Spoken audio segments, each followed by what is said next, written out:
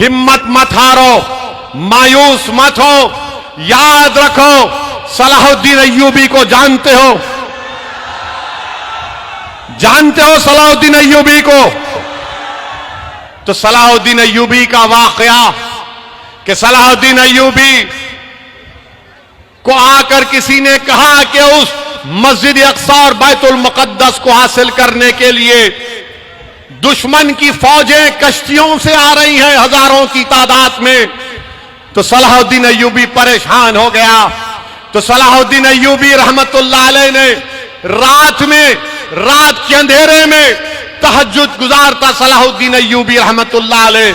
Salahuddin Ayyubi ने रात में जानिमाज बिछाई, अल्लाह के आगे सर्वसजूद हो गया और गिड़गिड़ा कर रो कर अल्लाह से दुआ कर रहा था, या अल्लाह हम कमजोर हैं, या अल्लाह बचा ले हमको।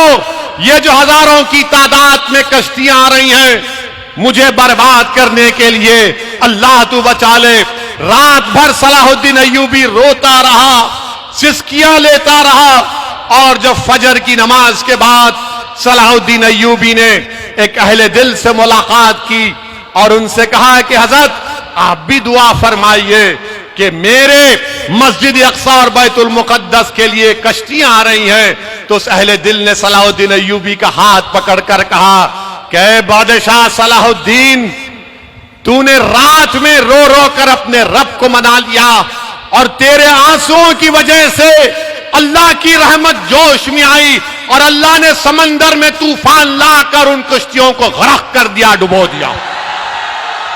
तो नौजवानों, अल्लाह को राजी करना है। अल्लाह को राजी करोगे? इंशाअल्लाह बोल रहे तो कैसे राजी करोगे?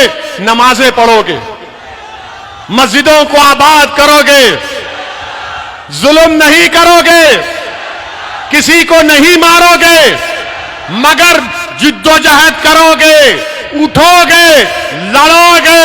अगर कोई तुम पर जुल्म भी करता है तो बोलना हस्बुनल्लाहु निअमल वकील व निअमल मौला व निअमल नसीर। हिम्मत मत हारो नौजवानों, मायूस मत हो, अपनी लीडरशिप को बनाओ। ये एक वैक्यूम है इस पूरे भारत में, इस देश में। हमारे वतन अजीज के लिए हमने आजादी के लिए अपना सब कुछ कुर्बान किया, मगर आज हम आजादी के 75 साल मना रहे हैं। बताओ मेरे अजीज दोस्तों, जो मुझ पर उंगलियां उठाते, मुझको गालियां देते हैं दो, मगर बताओ आज ये मुसलमानों का हाल क्यों है? बताओ क्यों ये हाल हमारा है? मेरे अजीज दोस्तों और बुजुर्गों, आपने लीडरशिप पैदा नहीं की। अगर मैं खराब हूं तो तुम अच्छे बन जाओ खुदा के लिए, मगर एक पॉलिटिकल वैक्यूम को, खला को खत्म करो, पुर करो। ये देश के लिए अच्छा है, भारत के लिए अच्छा है जब मुसलमानों की एक लीडरशिप होगी। जब लीडरशिप होगी तो वो लोगों को समझाएगी कि ये रास्ता नहीं, ये रास्ते पर चलो। इसीलिए आपसे अपील कर रहा हूं कि आप मेरे इस पैगाम को समझो। जो लोग आकर आपसे कहेंगे कि ओवैसी वोट काटने आया है, ओवैसी फुला बी टीम है, उनकी बात का हरगिज यकीन मत करिए। उनसे एक ही सवाल करिए कि 20 तुम्हारे एमएलए मोदी के गोद में बैठकर चाय क्यों पिए? उनसे पूछिए कि सिंधिया आज मोदी क्यों कर रहे हैं? इनसे पूछिए कि महाराष्ट्र में शिवसेना के एमएलए भाग गए बीजेपी के पास, तो क्या ओवैसी जिम्मेदार है?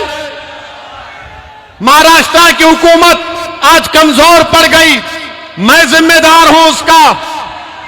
अब तो ऐसा हाल हो गया कि अगर किसी कांग्रेसी के घर में सुबह में अगर भैंस दूध नहीं बोलेगी तो बोलेगा इसका भाषण हुआ था, भैंस दूध देने से इनकार कर गई। कल सुबह में मुर्गा बांग नहीं देगा 4 बजे तो कांग्रेसी बोलेगा अरे मुर्गा ने ओवैसी का भाषण सुन लिया। मेरे अजीज दोस्तों और बुजुर्गों, मेरी आपसे अदबन गुजारिश है कि आप अपनी सियासी ताकत को मजबूत करिए और हम पूरी ताकत के साथ एक दूसरे का, बल्कि वतन को मजबूत करना है। मेरे अजीज दोस्तों, नौजवानों, अपने हिम्मत और हौसले को बुलंद रखो, मजलिस को मजबूत करो, वोट डालो, नुमाइंदों को कामयाब करो। एक सियासी सफर का आगाज मैं अल्लाह की जात पर हम सब लोग तवक्कल करके आपके भरोसे पर सियासी सफर का आगाज कर रहे हैं। मेरी आपसे गुजारिश है कि आप इसमें साथ दीजिए।